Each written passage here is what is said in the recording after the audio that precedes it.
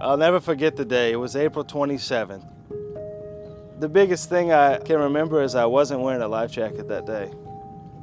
I got on the ship at Pilot Town and took it up to the dock at Bowl and Violet. It was one of the more difficult jobs that we do. It was a head-down job, so we have to use tugs in a different way than we normally do. So we docked the ship. I was feeling very confident. I was happy. The sun was going down.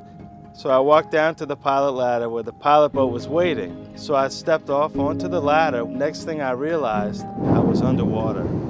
I'm not sure if I was knocked unconscious, but I can remember opening my eyes and it was pitch black.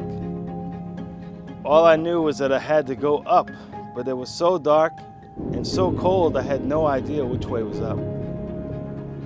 Luckily, there was a bag strapped to my back and it floated up.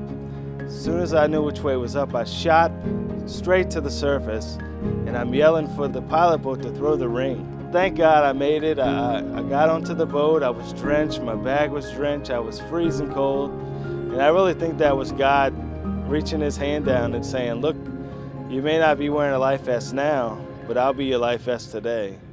And I think the hardest thing was walking through my front door to see my wife crying, to tell me that was her biggest fear.